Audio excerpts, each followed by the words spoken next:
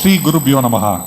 Namaste and greetings to all artists, gurus, rasikas and supporters of Kala Prashala. I am H.L. Kumar, running Kala Prashala, founded in August 2020, a non-profit trust engaged in fostering and promoting classical arts.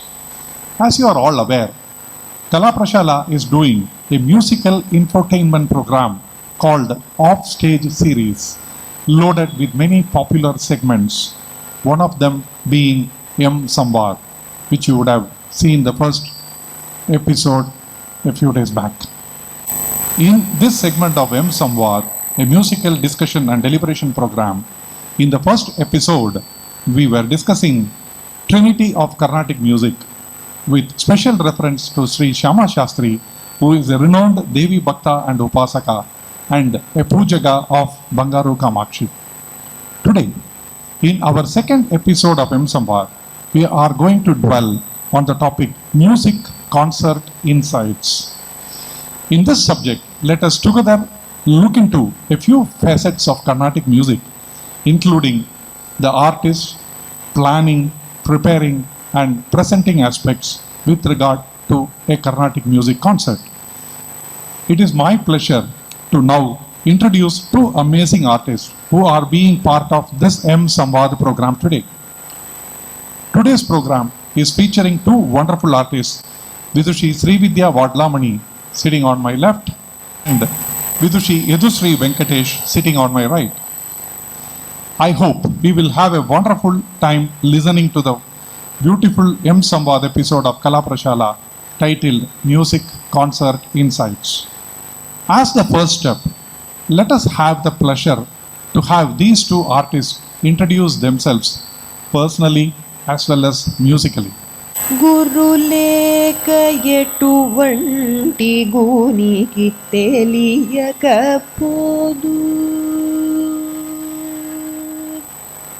గురులేక ఎటువంటి గూనికి తెలియకపోదు గురులేక ఎటువంటి గూనికి తెలియకపోదు గురులేక ఎటువంటి గూనికి తెలియకపోదు గురులేక ఎటువంటి గూనికి తెలియకపోదు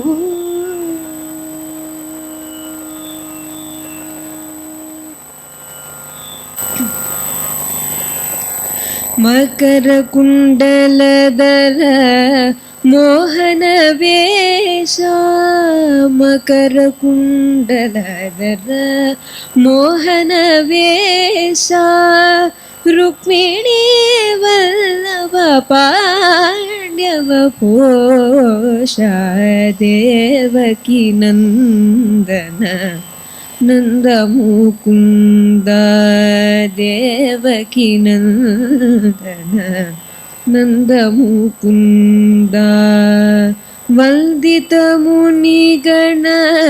నిత్యానంద దేవకి నందన నందముకుంద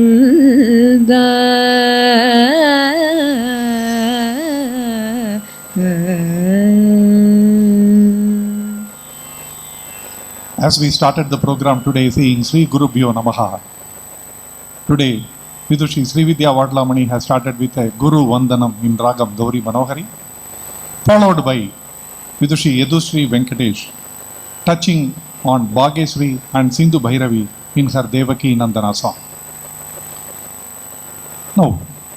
Now that you have announced yourself in this episode beautifully as well as musically, I would like to know about your music learning experience and musical journey so far. Let me start with Srividya Vadlamani first. Namaste again. My name is Srividya Vadlamani. I come from a musical lineage. My mother, Parupalli Sujana, is a Vainika. Her great-grandfather is Shri Parupalli Ramakrishnaya Pantulu Garu, who is the guru of legendary Dr. M. Balamurali Krishna Garu. So my uncle is also a mridangist, Parupalli Falgun. Thankfully, I think this is how I started learning. I think I was listening to a lot of music around me. I started learning vocal music from my mother first. I think I was just around 6 years or 7 years. But before that, I think there was always that subconscious listening. In the year of 2013, I joined under Sangeeta Kalanidhi Shri Neviliyar Santana Gopalan sir. That's where serious music learning happened. Lot of intricacies that were learned, compositions. It was a wonderful experience. And very recently, from the past 2 years, I've been learning from Yadushree, Srividya Santana Gopalan akka. So it's been a very lovely journey. I'm looking forward to more learning from her. So, I'm not from a musical lineage like her, but just as any South Indian family, all the children are put into vocal or violin or any other classes. So, I was put into vocal class when I was just 4 years old. And then after that, I just gradually started learning all my varishais and all the basics. And I came under the tutelage of Vidwan Shri Delhi V. Kumar when I was 11 years old, and that was when I gave my first performance too. And I've been learning from sir for quite a while now. So that makes the topic and the discussion today very interesting. We have a great lineage artist sitting on my left, and a person or an artist with no musical background stepping into the music and stepping into the arena with a lot of success already garnered so far. So that I think is going to make the discussion also today very interesting. Now I've attended a few of your concerts, both of your concerts on many occasions, including singing for Kala Prashala and also many other sabhas in Chennai. Since you both have some experience of having done a few stage concerts, and when I say stage concerts, that also include online concerts. From the point of view of and for the guidance of newer emerging artists, I have heard many artists saying today, even after 15 years and 20 years of experience, they still call them emerging artists. So that is how humble they are. So that is why I use the word newer emerging artists. From their perspective or point of view, please let me know, what is your general practice regimen? When I say practice regimen, the first thing I would say, how do you rehearse for an immediate future concert?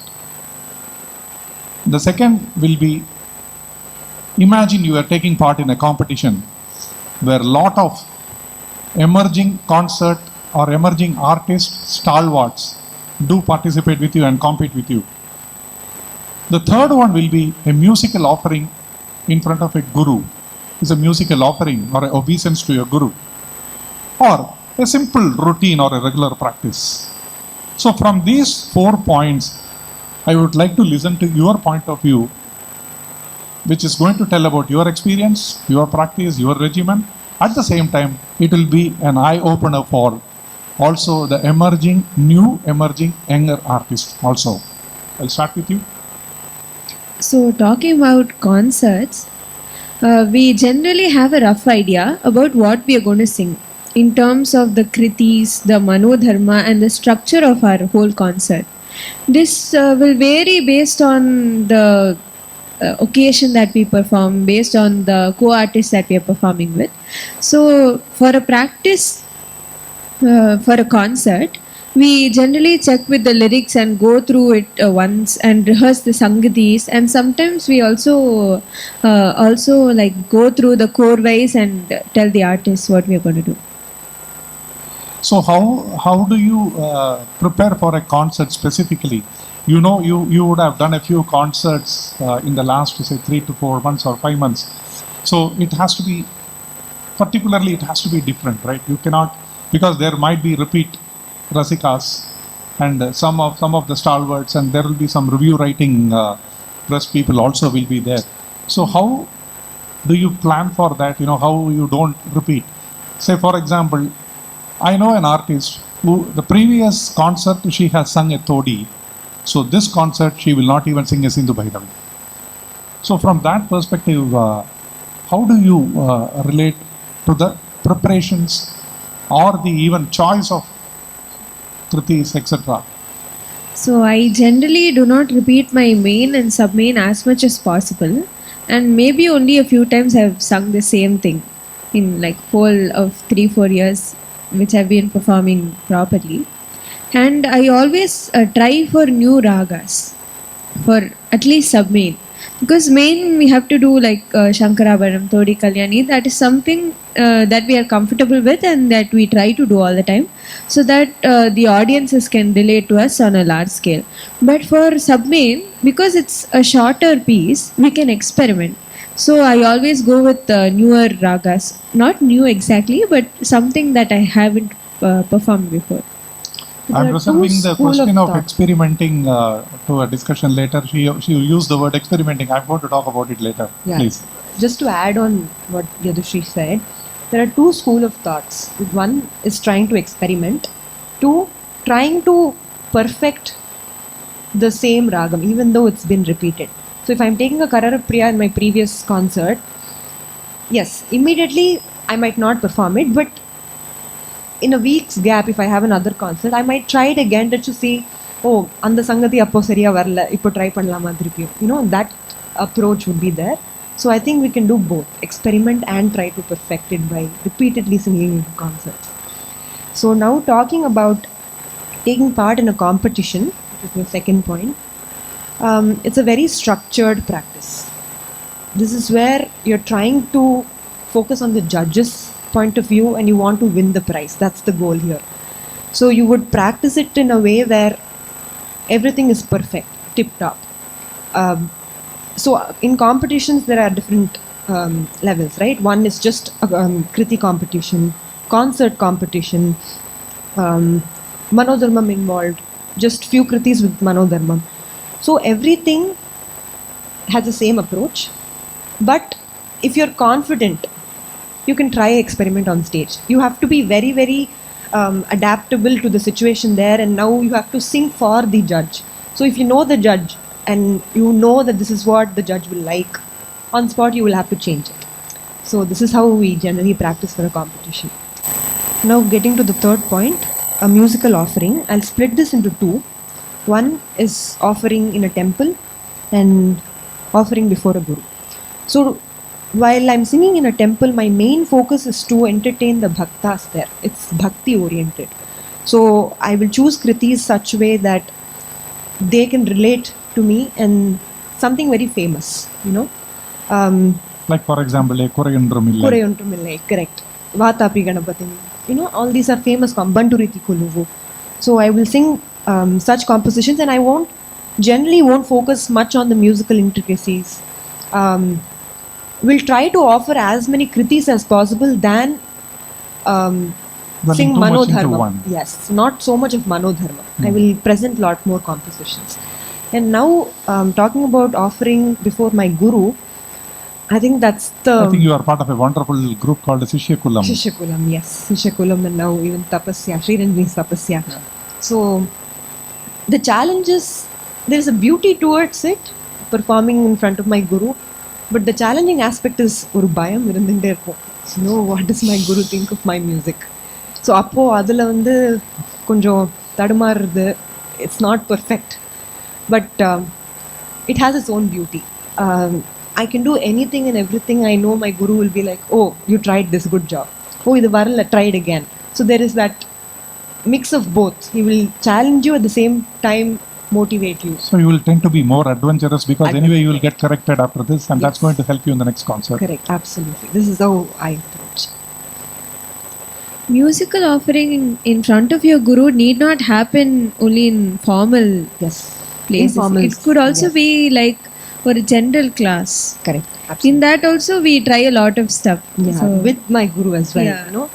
Yeah. and especially when it's not formal, you tend to be even more adventurous because even if you make mistakes, it's not going to, Absolutely. nothing will happen there. Yes. Yeah, that actually gives me one more question. See, you sitting in front of your guru with maybe one more student of his, that is one thing. Suppose there is a group, as I was talking about Sishyakulam. Sishyakulam, I have also seen a few videos where I was invited. A group of students will be sitting there either as listeners or as joint performers. So that the preparation and the presentation has to be slightly different.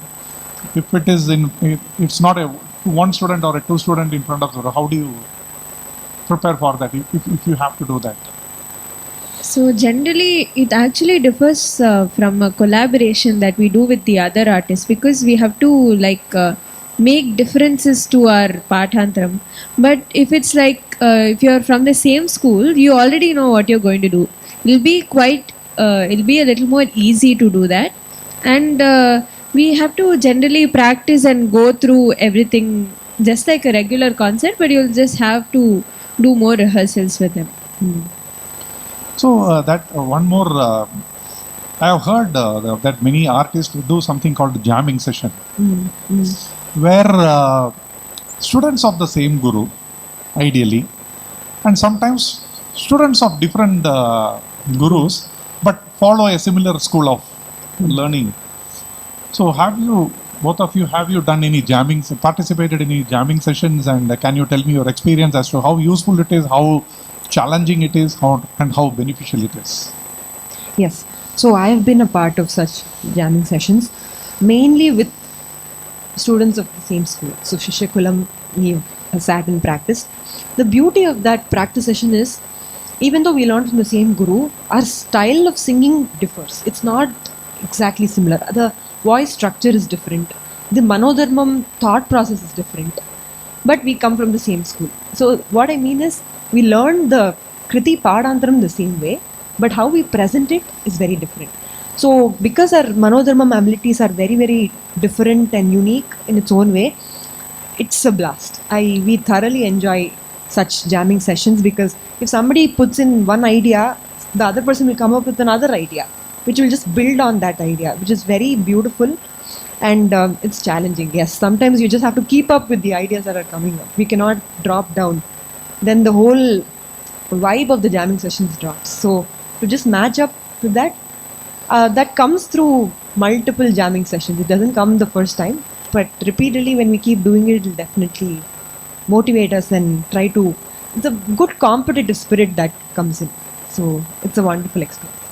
Yeah, while jamming, we have generally all of us sit in a circle and we go through rounds of Manodharma.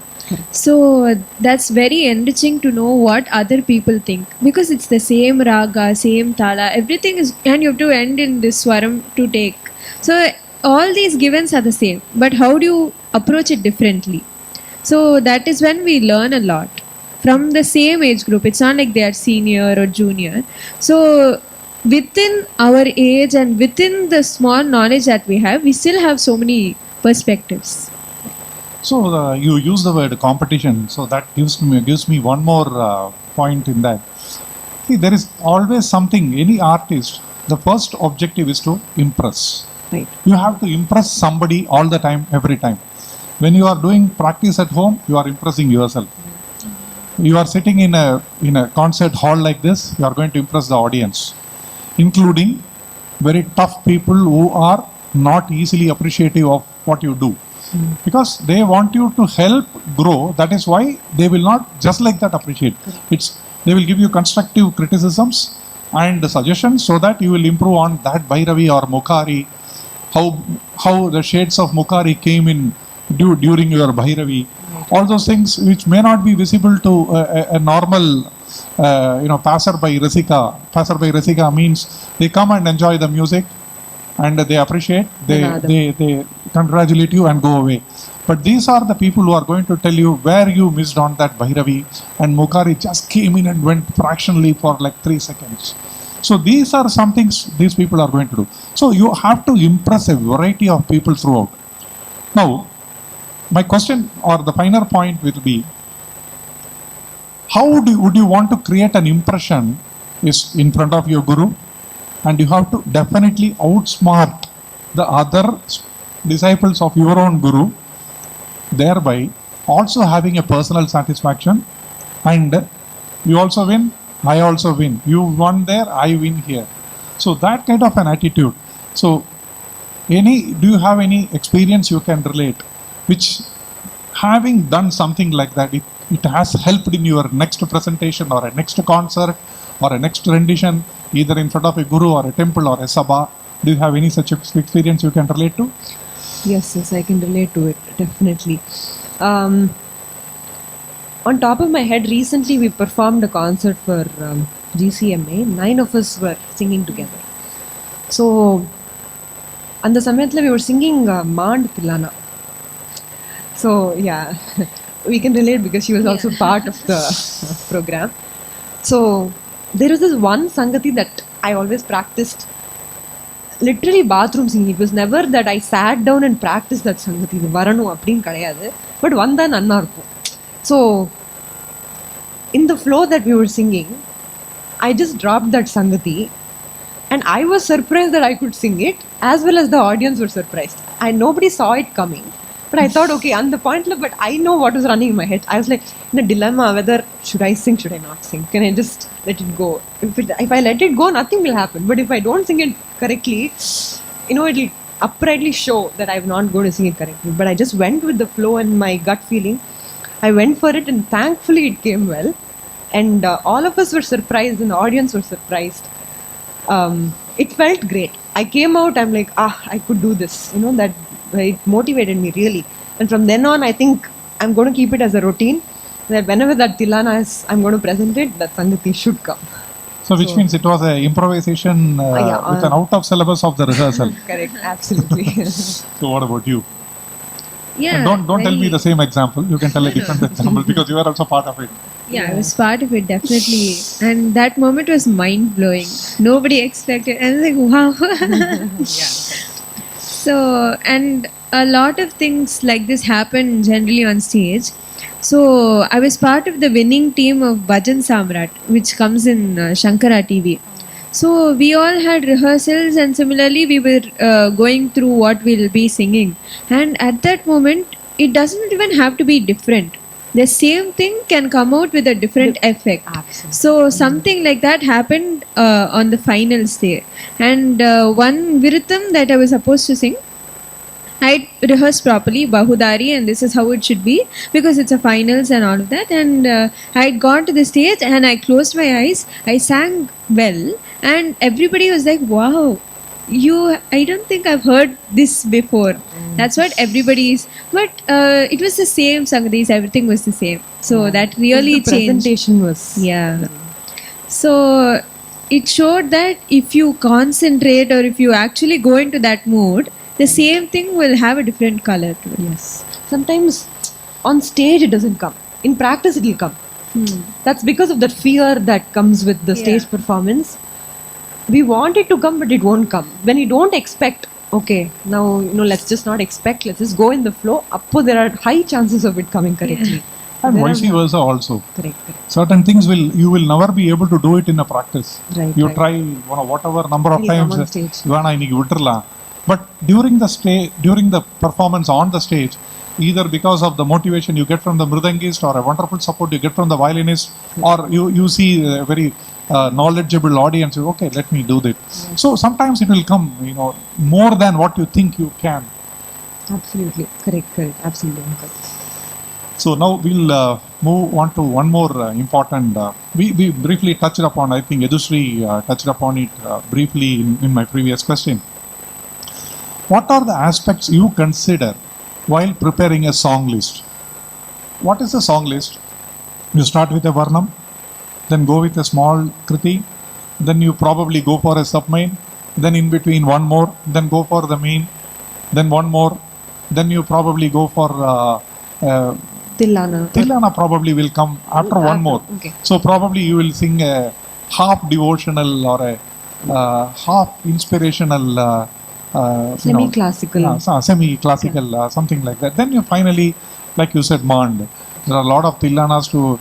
I know there are a lot of Tillanas are there. For the Rasika like me, I get up, I walk home, I won't be able to sleep. Certain Tillanas are like that, They never put you to sleep. They actually rejuvenate you. Absolutely. So this is actually a routine song list or a song pattern. So either within this framework or a little away from this framework, how I want you to tell me elaborately what are the aspects you consider to have the time. For example, Kala Prashala concert is 4 p.m. to 6 p.m. It is 2 hours, 120 minutes. So what you do the reverse planning. 10 to 12 minutes I give for the Mridangam Taniya Vardhanam. And total of around 10 to 12 minutes for the time in between. So which means 24 minutes or 25 minutes is gone. So now I am left with 95 minutes. So 95 minutes we have to bring the vocal, the violin, also in between the chord wise, etc., etc. So you are left with around 80 to 85 minutes.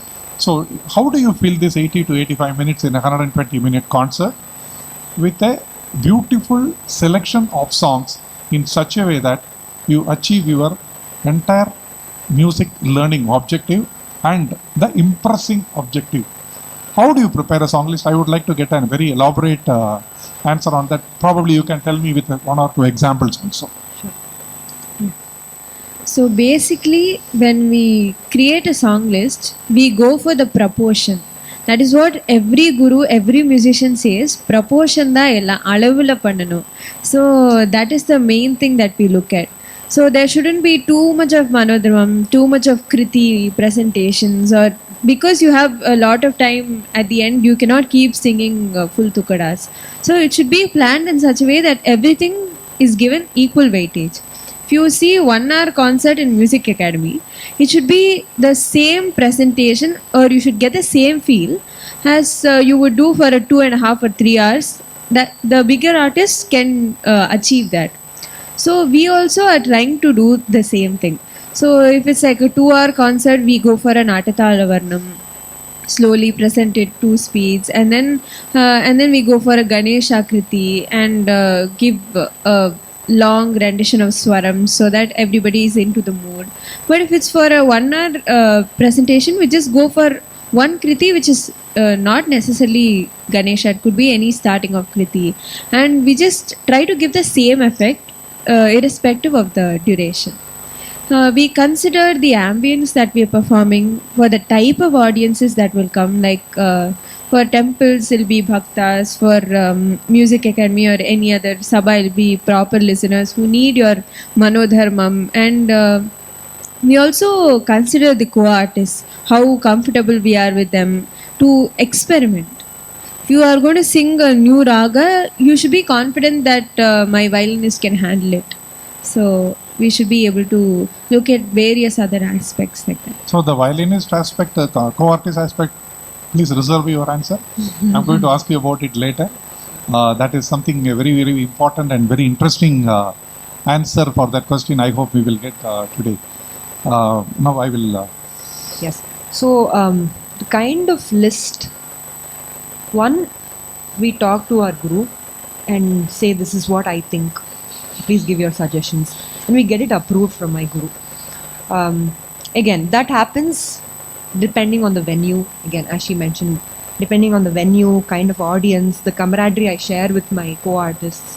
That's the key. That's how this works. So Kritis like Pai Shri Girirajasute, it shows a variation of the speed after Ganapati Subarani De and Janaranjani. Then filler Kriti before sub-main, lot of Kritis, Nanaranjananu, Sharavana Bhava, Pashupati Priya. Then or Todi, Karara Priya, Bhairavi. Or if you want to experiment there, depending on the venue again. So this keeps coming because we cannot sing a Dhanyasi everywhere. People might not relate. Depending on the audience, we can choose a Todi depending on the audience, you can choose a Danyasi. So, um, but if I give an example, like a music academy concert or a competition, you know the kind of audience that will come. All well learned, தெரிஞ்சவா Carnatic music பத்தி they will tell you, you know, இது மாதிரி பாடணும், இது மாதிரி பாடக்கூடாது. So அந்த மாதிரி இடத்துங்கள you can go and try variety, Hussaini, Kannada, you can choose. But or a temple or some sabhas where anybody rasikas who just are not very aware of Carnatic music, but they know the nadam, they understand the tune as such. So anga vandu konjam maati paadrathu. So I think the audience tells us what to perform and what not to perform. Yeah, audience we get a is the vibe key of here. the audience. Yes, concert nale audience da. Adudha, because we are trying to impress them illa. But aatla paadrathu, again, that's a very different thing. We have to go through the rigorous training of trying everything.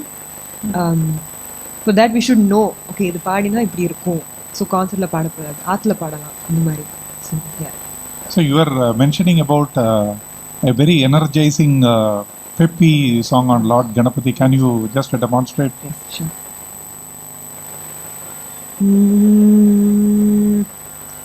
गणपते सुगुणानिधे महागणपते सुगुणानिधे महागणपते सुगुणानिधे महागणपते सुगुणानिधे महागणपते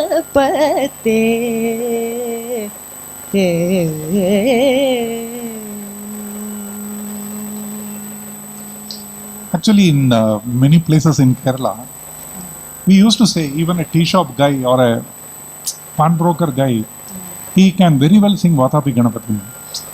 That is because the great singer Sri K.J. Yeshudas, he always starts the concert with a Vatapi Ganapati. So, I have heard a guy, he used to use Sarigapa Nisa also so beautifully with the perfect Swarasthanam. Without knowing anything, he doesn't know whether it is Vatapi Ganapati, or rather without knowing that it is in Hamsadwani Ragam, who has written it, what language it is, he doesn't know. But he will sing. So similarly, this another song, Pavana Guru Pavana Pura Disham Ashriye, in Ragam Hamsanandi, it has reached the nook and corners of Kerala. Because of the way the song is presented and the frequency and the number of times it is being presented to the audience. So I fully agree with what you say. So how you reach the audience and how you make them, okay, I have heard this song. I don't know that it is Hamsadwani, but I know it's a cinema song in this particular ragam. So, okay, this looks okay. Because of that, I say, okay, she's singing well. Because I can relate to this ragam to that particular song or some similarity. Absolutely. Though I may not be exactly, trying to relate or identify that ragam, but I can still appreciate the concert or the song more. So have you got any feel from audience when you sing a particular ragam? Suddenly, like for example, an abogi, suddenly audience will be like this, and they will be more rejuvenated and more happy about it. Yeah, actually, I've been to a temple in Palakkad after my concert. So most of the people were not initiated into Carnatic music. They just came to the temple, and they asked me to sing a Krishna song, and I sang Innudaya Bharate in Kalyana Vasantam. So it is a very, very moving piece. So everybody was, it was quite restless before, and everybody stood still. They were looking at me, and they were like just standing there listening to my music. So I think there is definitely a lot of impact that music can have, and we also know that it has quite a lot of medical benefits. So Kalyana Vasantam like calms everybody, and there are just a few people also cried. Not to flex, but yeah.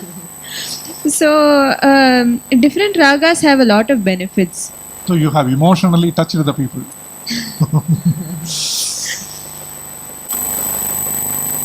Let us now continue this mSamvaad discussion on music concert insights in the next portion of this video. Hoping to see you all again in the next part. Thank you.